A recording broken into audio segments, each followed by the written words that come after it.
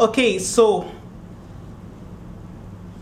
a vector is represented by an arrow like this. The length of this arrow is proportional to the magnitude of the vector, and the tip of the arrow, which is called as head,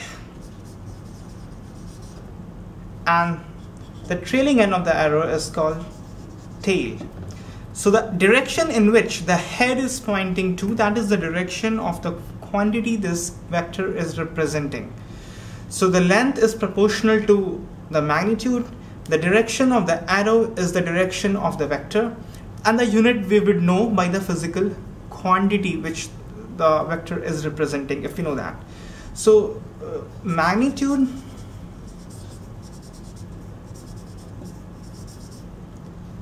unit and direction. These are the three important parameters of a vector. Magnitude, which will be represented by arrow. So a force of 10 unit will be, if we represent by this arrow, then the force of 5 unit will be represented by an arrow of half of this length. The unit we know by the physical quantity. If you're talking about force, the unit is Newton. If you're talking about velocity, the unit is meter per second. If you're talking about acceleration, the unit is meter per second square. So unit basically we would know by the physical quantity which is there in the question. And direction is represented by the direction of this arrow. This arrow presently is pointing towards east, so the vector, if we are talking of force, then the force is being applied in the direction, eastward direction. So that's it. So this basic we know now. There's a one important thing here to be discussed. I have drawn a vector like this. Suppose, let me redraw it. Let me draw this vector and let this represent our physical quantity. And let me draw another arrow, and suppose that I have drawn another arrow of exactly the same length of the previous one.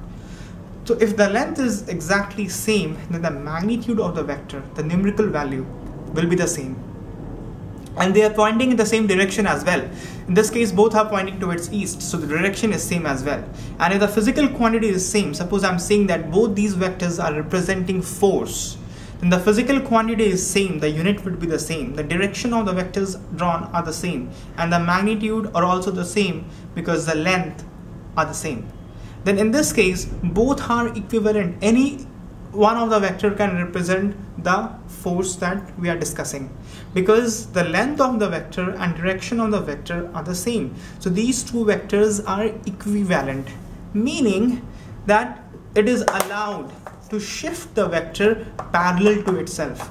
So if I again shift, if this is the vector that we previously draw, and this is representing some amount of force, let's say 10 unit of force in eastward direction. If we shift this parallel to itself, then actually nothing has changed, neither the length nor the direction. So it is allowed to shift the vectors parallel to itself. Similarly, these two vectors, suppose, are pointing towards north, and these two are exactly the same. So it is allowed to shift the vector parallel to itself.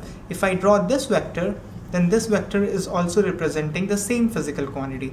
If I draw this vector, then this vector is also representing the same physical quantity given the direction and the length of the vectors are same. So you can take this vector anywhere parallel to it. So you can move it anywhere, but it has to be parallel. You can move it to its right, and parallelly you can move it upwards. Parallelly you can take it to left, you can bring it to bottom, wherever, but it has to be parallel. So these vectors, these are all vectors. This vector, they all are parallel to each other, and the length of each one of them are same. So they are representing the same physical quantity and the same, actually the same vector, same force or same acceleration or same velocity or any other vector quantity. This is very important, and we will use this shifting of vectors parallel to itself very rigorously in the due course of time.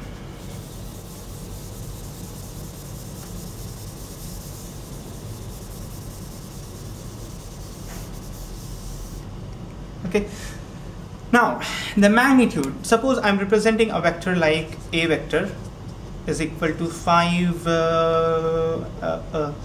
unit, whatever the unit be, and the direction I've given north. So this is the magnitude, unit, and direction, the three parameters of a vector quantity. Now, if we talk only about magnitude, then actually I'm not interested in the unit and the direction. I'm only interested in the magnitude, the numerical value. Then we represent it like this. Modulus, this symbol is called mod. When we have two straight lines like this, sandwiching a vector quantity, that is called mod. It is modulus, M-O-D-U-L-U-S. In short, we say mod. It is mod of A or modulus of A. Like you have tangent, in short you have tangent theta. In short we say tan theta. Cosine theta, in short we say cos theta. Similarly, it is modulus of A. In short we say mod of A.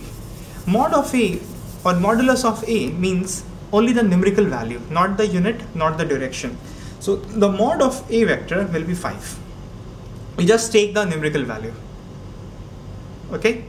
Similarly, if we have a vector like suppose there's a vector B vector which is representing a force, suppose, which is 10 Newton towards east, then the mod of B vector would be 10. Simply, you don't take the unit, you don't take the direction, only the numerical value that gives the mod of A.